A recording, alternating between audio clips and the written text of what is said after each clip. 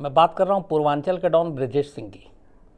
और ब्रजेश सिंह का जब भी नाम आता है मुख्तार अंसारी का नाम ज़रूर आता है। अंडरवर्ल्ड में या फिर इस तरह की जो क्राइम के फील्ड में बहुत सारे ऐसे डॉन हुए हैं जिनकी दुश्मनी बड़ी फेमस रही है। एक ज़माने में दोस्त दाऊद इब्राहिम और छोटा राजन बाद में दुश्मन बने। उसी तरीके से ब्रजेश सिंह और मुख्तार अंसारी दोनों पूर्वांचल के, और दोनों के जो इंटरेस्ट थे वो भी लगभग टकराते थे। दोनों ने एक दूसरे पर कई बार हमले भी किए और इसकी वजह से भी ये दुश्मनी काफ़ी लंबी चली। यहाँ तक कि ये भी खबर आई कि एक बार मुख्तार अंसारी और ब्रजेश के बीच में जो झड़प हुई उसमें ब्रजेश मारा गया, उसके बाद वो गायब हो गया कई साल तक। लेकिन बाद में पता चला कि ऐसा कुछ नहीं था, बल्कि ब्रजेश किसी और नाम और हुलिये से छुपा हुआ था। इस डॉन की एक और भी बात है कि ब्रजेश सिंह भेष बदलने में बड़ा माहिर, कभी डॉक्टर बन जाता, कभी पुलिस वाला बन जाता, और इस तरीके से अपने दुश्मनों को वो निपटाता था। हालांकि अगर शुरुआत से बात करूं तो ब्रजेश सिंह का जो बचपना था, उसके पिता एक अपने इलाके में जाने पहचाने इज़्ज़तदार शख्स। ब्रजेश की भी पढ़ाई लिखाई अच्छी, पढ़ने में तेज़, फर्स्ट डिवीज़न से इसने हाई स्कूल पास किया, फिर कॉलेज में गया, कॉलेज में भी इसने फर्स्ट डिवीज़न लाया। और तब तक इसका क्राइम की तरफ या क्राइम की दुनिया से कोई लेना देना नहीं था।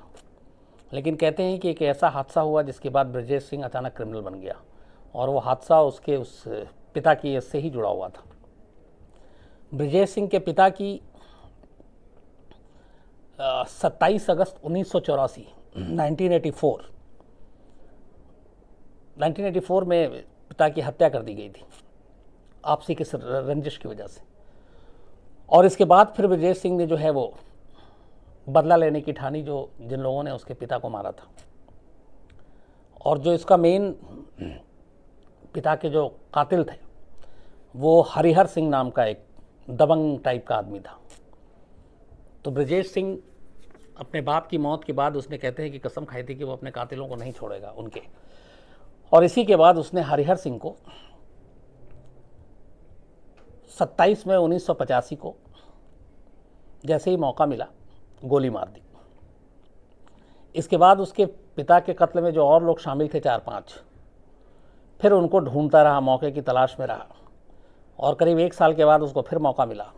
और 9 अप्रैल 1986 को उसने एक रघुनाथ यादव थे, लुल्लूर सिंह, पंचू और राजेश, एक साथ इनको गोली मारी। और कहते हैं कि जब इन लोगों को मारा था तब ये पुलिस की वर्दी में था। और इस 4 कत्ल के बाद जाहिर सी बात है हंगामा हो गया। उसके बाद पुलिस ब्रजेश के पीछे पड़ी और पहली बार ब्रजेश सिंह गिरफ्तार हुआ, और गिरफ्तारी के बाद उसको जेल ले जाया गया। अब तक ये था कि ब्रजेश सिंह की पूरी कहानी ये थी कि पिता को कुछ लोगों ने मार दिया, पिता की मौत का बदला लेना है। तो कोई क्राइम, क्रिमिनल, अंडरवर्ल्ड, डॉन, ये सारी चीज़ें अब तक नहीं थी। लेकिन कई बार कहते हैं कि इंसान जेल में जाके बदल जाता है और जेल की सोहबत उसे बिगाड़ देती है। ऐसे कई केस हुए हैं जब एक कोई इत्तेफाक से, हादसन, गैर इरादतन उसके हाथ से कोई क्राइम हो जाता है, जुर्म हो जाता है, वो जेल पहुंचता है। लेकिन जेल से जब वो बाहर निकलता है तो एकदम एक हार्डकोर क्रिमिनल हो जाता है। यही चीज़ ब्रजेश सिंह के साथ हुई। जब वो जेल गया उससे पहले उसका सिर्फ एक मकसद था कि अपने पिता से बदला लेना, और उसने बदला ले लिया और लगभग ये काम पूरा हो गया था। लेकिन जेल जाने के बाद ब्रजेश सिंह बदल जाता है। गाजीपुर के एक मुडियार गांव, गाजीपुर इत्तेफाक से मुख्तार अंसारी का भी इलाका है, तो उसी मुडियार गांव में एक त्रिभुवन सिंह नाम का क्रिमिनल रहता था, जेल में बंद था। ब्रजेश सिंह की उससे मुलाकात होती है और फिर इन दोनों के बीच दोस्ती हो जाती है। कहते हैं कि त्रिभुवन सिंह के साथ दोस्ती पहली बुनियाद पड़ी थी मुख्तार के साथ दुश्मनी की, ब्रजेश की, क्योंकि मुख्तार और त्रिभुवन के बीच में दुश्मनी चल रही थी और ब्रजेश उसका दोस्त बन गया। उसका जेल में इन दोनों की दोस्ती बहुत गहरी हुई। फिर धीरे धीरे जब ये ज़मानत पे बाहर आया तो इसने त्रिभुवन के साथ मिलकर वहाँ शराब, रेशम, कोयला और बाकी जो सरकारी टेंडर है उसमें ये उतर गया और जबरन गुंडागर्दी से ये सारे ठेके और ये सारी चीज़ें लेने लगा। लेकिन तब पहली बार उसे एहसास हुआ कि इन सारी चीज़ों में मुख्तार अंसारी का भी दखल था। और जितने भी रेलवे के टेंडर हों, कोयले के हों, ये सारी चीज़ों में मुख्तार का वहाँ पे वर्चस्व हुआ करता था। तो अब एक तो त्रिभुवन सिंह के साथ दोस्ती, ऊपर से जो मुख्तार का धंधा था उसी धंधे में इसका उतरना, अब सीधे दोनों के बीच में एक तरह से क्लैश हो गया और दोनों के इंटरेस्ट एक ही थे, तो लड़ाई शुरू हो गई और दोनों एक तरह से आमने सामने आ गए। और इस वजह से कई बार दोनों के बीच में गोलीबारी भी हुई, कई लोग मारे गए गैंग के, कभी इसके मारे जाते ब्रजेश सिंह के, कभी मुख्तार अंसारी के, और ये सिलसिला चलता रहा। पर फिर भी इसमें मुख्तार अंसारी चूँकि शुरू से राजनीति में भी, तो मुख्तार अंसारी को एक एडवांटेज था, नेताओं का उसको वरदान मिला हुआ था, पुलिस का भी लगभग सपोर्ट था क्योंकि ऊपर से ऑर्डर आता था। तो मुख्तार इस लड़ाई में थोड़ा सा ऊपर था सपोर्ट की वजह से, पॉलिटिकल और पुलिस और सिस्टम का सपोर्ट, और ब्रजेश के साथ ये चीज़ नहीं थी। लेकिन दोनों के बीच में चलता रहा, दुश्मनी चलती रही, लड़ाई चलती रही, गैंग वॉर होता रहा। कहते हैं इस गैंग वॉर में बहुत सारे लोग मारे गए दोनों तरफ से, कभी इधर से मारे जाते, कभी उधर से मारे जाते। तो इसी बीच में जब लड़ाई ज़्यादा हो रही थी तो फिर मुख्तार अंसारी और उसके काफिले पे भी अटैक हुआ। तो मुख्तार ने अब बदला लेने के लिए ब्रजेश सिंह को तलाशना शुरू किया। तो ब्रजेश सिंह को लगा कि वहाँ पे इस वक्त रहना ख़तरनाक होगा, तो मुख्तार अंसारी और गैंग से बचने के लिए वो मुंबई चला जाता है। और मुंबई में वहाँ उसकी मुलाकात सुभाष ठाकुर से होती है, जो कि एक और भी डॉन था, और सुभाष ठाकुर जो था वो दाऊद गैंग से था और दाऊद का करीबी था। तो सुभाष ठाकुर से मुलाकात होती है, फिर सुभाष ठाकुर के ज़रिए उसकी मुलाकात दाऊद से भी होती है, ब्रजेश सिंह की।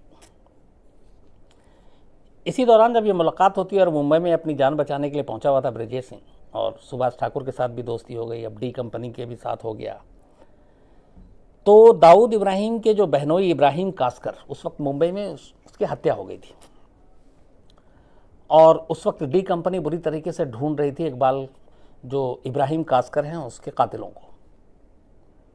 और उसके लिए ये था कि चूंकि डी कंपनी में या डी गैंग से जो लोग जुड़े हुए थे उनको सब जानते थे, चेहरे से पहचानते थे। तो इब्राहिम कास्कर के हथियारों से बदला लेने के लिए डी कंपनी ने यह तय किया कि कोई ऐसा नया चेहरा हो या नया हो जिसको कोई पहचानता ना हो और वो ये काम करे।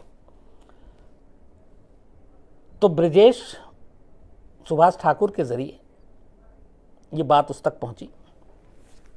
नया नया चूँकि डी कंपनी में उसकी एंट्री भी हुई थी, सुभाष ठाकुर से दोस्ती, फिर दाऊद इब्राहिम से मुलाकात, तो उसको भी ये लगा कि डी ग्रुप में या डी गैंग में अपना कद बढ़ाने के लिए कुछ ऐसा करें जिससे दाऊद इब्राहिम की भी नज़रों में आए। तो कहते हैं कि ब्रजेश सिंह ने ये काम अपने हाथ में लिया और उसने कहा कि ठीक है, वो इब्राहिम कास्कर के कातिलों से बदला वो लेगा। इत्तेफाक से जब इब्राहिम कास्कर की मौत हुई थी, जब उसको मारा गया था, तो उसमें से कुछ ज़ख्मी भी हुए थे जो कातिल में से थे। और अचानक दाऊद इब्राहिम गैंग को पता चलता है कि ये जो इब्राहिम के कास्कर हैं, इनमें से 4 लोग मुंबई के मशहूर जे हॉस्पिटल में एडमिट है और वहाँ पे उनका इलाज चल रहा है, लेकिन पुलिस की निगरानी में है और पुलिस की हिरासत में। और पुलिस को भी ये बात पता थी कि डी गैंग जो है इन लोगों को मारेगी, बदला लेगी अपने बहनोई का।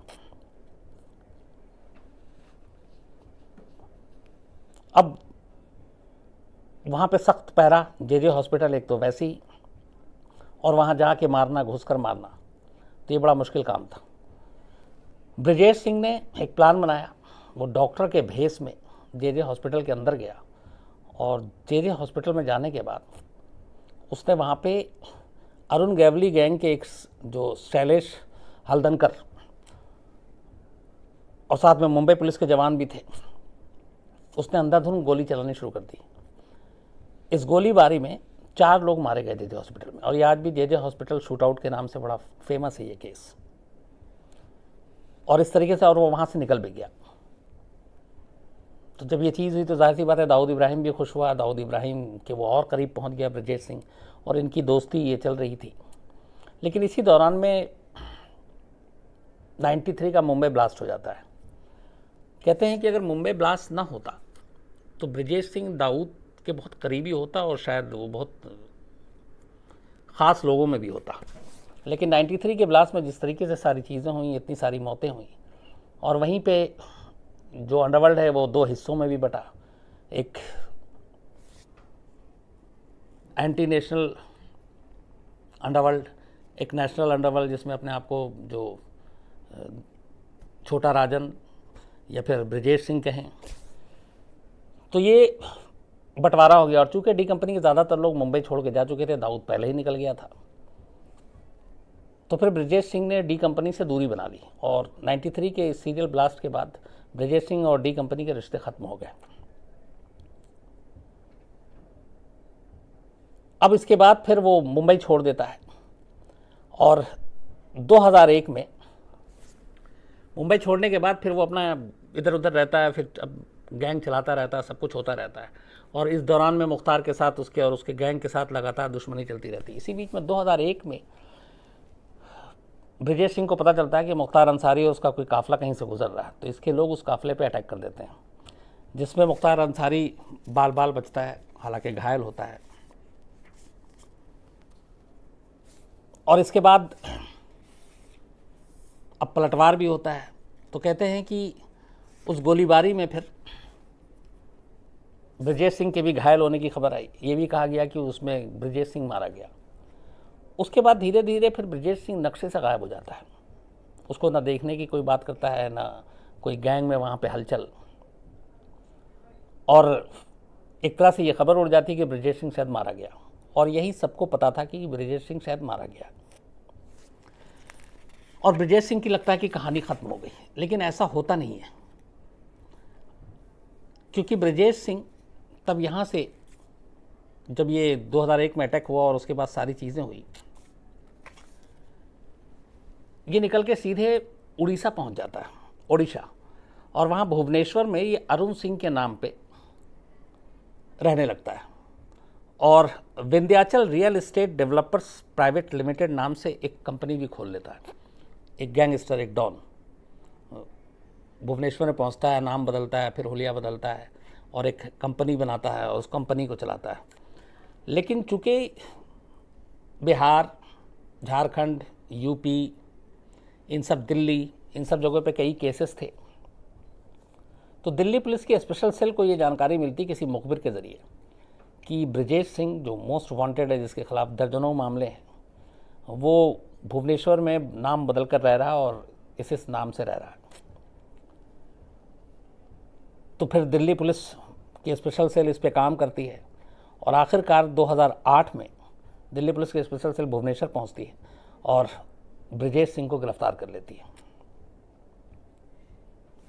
गिरफ्तार करने के बाद उसको लाया जाता है। हालांकि इसमें दूसरी एक और भी चीज़ है। कहते हैं कि दिल्ली पुलिस के स्पेशल सेल ने ब्रजेश सिंह को गिरफ्तार नहीं किया, बल्कि ब्रजेश सिंह ने खुद सरेंडर करवाया। और उसकी वजह ये थी कि अब वो चाहता था कि धीरे धीरे वक्त बीत गया है, बहुत सारे उसके केसेस भी जो हैं वो ख़त्म हो रहे थे गवाहों को डरा धमका कर, तो पॉलिटिक्स में आना चाहता था और सामने रहकर वो अब मुख्तार अंसारी से दो हाथ करना चाहता था। तो एक ये भी चीज़ है इसमें।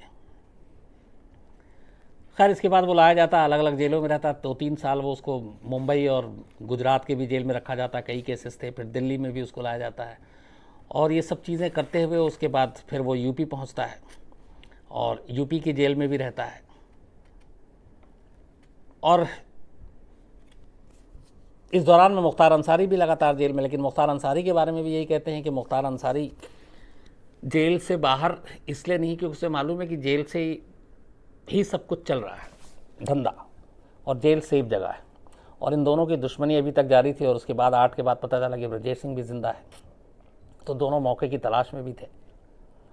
तो उधर वो जेल में बंद, इधर फिर ये जेल में बंद। 2012 में फिर जेल में रहते हुए ही ब्रजेश सिंह ने एक भारतीय समाज पार्टी के नाम से चुनाव लड़ा विधानसभा का, यूपी के, लेकिन उसमें वो हार गया। तो बड़ा उसको झटका लगा, क्योंकि इधर मुख्तार अंसारी लगातार चुनाव जीत रहा था विधानसभा का। फिर उसने अपनी बीवी को पहले एमएलसी बनाया, और उसकी बीवी एमएलसी बन गई। देन 2016 में यूपी में फिर एमएलसी का चुनाव हुआ, और उस एमएलसी के चुनाव में बीजेपी के अघोषित सपोर्ट से ब्रजेश सिंह एमएलसी बन गया। तो 2012 में वो चुनाव विधानसभा का हारा, लेकिन विधान परिषद का चुनाव, एमएलसी का चुनाव, वो 2016 में जीत गया।